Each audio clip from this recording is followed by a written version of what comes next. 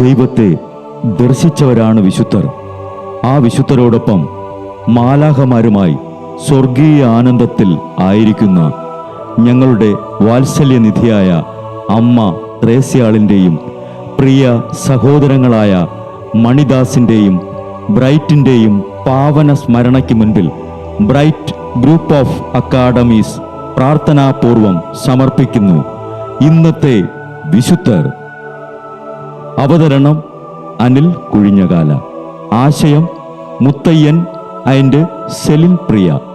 സംവിധാനം സ്റ്റെനി ആൻഡ് സ്റ്റെനിച്ച്. ഇന്നേ ദിവസം തിരുസഭ മാതൃകയായി നൽകിയ വിശുദ്ധരെ അനുകരിച്ച് പ്രാർത്ഥനയോടെ ആ പാത പിന്തുടരുന്ന നിങ്ങൾക്കേവർക്കും കർത്താവിൻ്റെ തിരുമുഖം ദർശിക്കാൻ കഴിയട്ടെ എന്ന പ്രാർത്ഥനയോടെ ഞാൻ നിങ്ങളുടെ സ്വന്തം ജസ്റ്റിൻ. ഇന്ന് ഫെബ്രുവരി 24, വിശുദ്ധ എദൽബർട്ടിൻ്റെ തിരുനാൾ. യദാർ മെൻറിക് രാജാവിൻ്റെ മകനായി ജനിച്ച എദൽബർട്ട് സാക്സൺ വർഗത്തെ ബ്രിട്ടനിൽ കുടിയിരുത്തിയ ഹെങ്കിസ്റ്റിൻ്റെ 5ാമത്തെ പിൻഗാമിയാണ്. ഫ്രാങ്കുകളുടെ രാജാവായ ചാറിബർട്ടിൻ്റെ ഏകപുത്രിയും ക്രിസ്ത്യാനിയുമായിരുന്ന ബെർത്തായെയാണ് എദൽബർട്ട് വിവാഹം കഴിച്ചത്. കാരണം അദ്ദേഹത്തിൻ്റെ ശക്തി അത്യധികം വർദ്ധിച്ചു. എദൽബർട്ട് ഓസിൻ്റെ ആരാധകനായിരുന്നു. ബെർത്തായ്ക്ക് കാൻറ്റർബറിയിലെ വിശുദ്ധ മാർട്ടിൻ്റെ ദേവാലയം ആരാധിക്കാനായി എദൽബർട്ട് വിട്ടുകൊടുത്തു.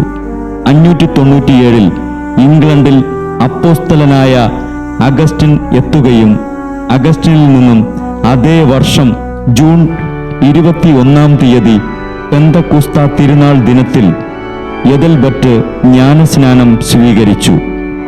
എദൽബർട്ടിനെ അനുകരിച്ച് ഏതാനും മാസങ്ങൾക്കു ശേഷം 10,000-ഓളം പേർ ജ്ഞാനസ്നാനമേറ്റു. ഇത് കണ്ട് കാൻറ്റർബറിയിൽ കത്തീഡ്രൽ നിർമ്മിച്ചു. ശൈശവ ദിശയിലായിരുന്ന ആംഗ്ലോ സാക്സൺ സഭയുടെ സംരക്ഷകനായി മാറി.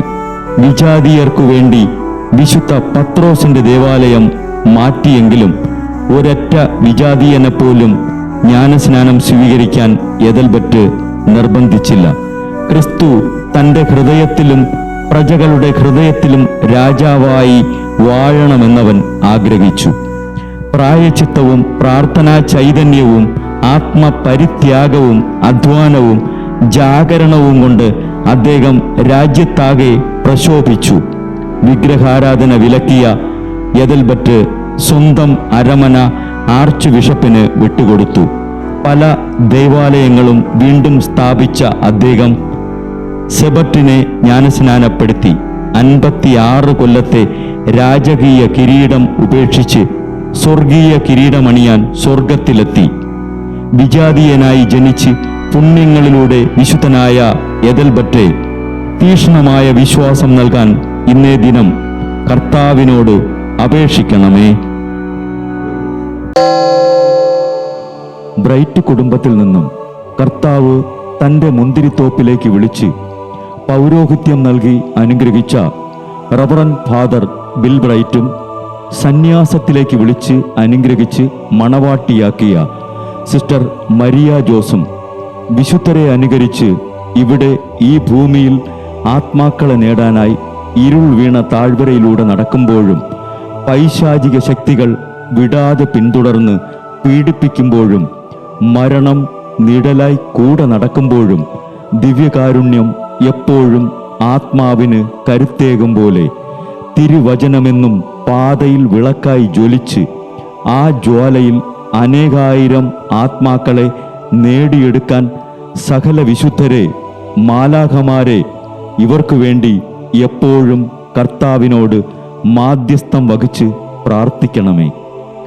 അനുദിന വിശുദ്ധർ നടന്ന വഴിയെ നടക്കുന്ന ഇവർക്ക് പിന്നാലെ കൽപ്പനകൾ പാലിച്ച് കരുത്തോടെ നടക്കുന്ന ഞങ്ങളും ഞങ്ങളുടെ പ്രിയപ്പെട്ടവർക്ക് അരികിലെത്തി നിത്യസൗഭാഗ്യം പങ്കിടാൻ അനുഗ്രഹമരുളണമെന്ന് കർത്താവേ അങ്ങയോട് ഞങ്ങൾ പ്രാർത്ഥിക്കുന്നു.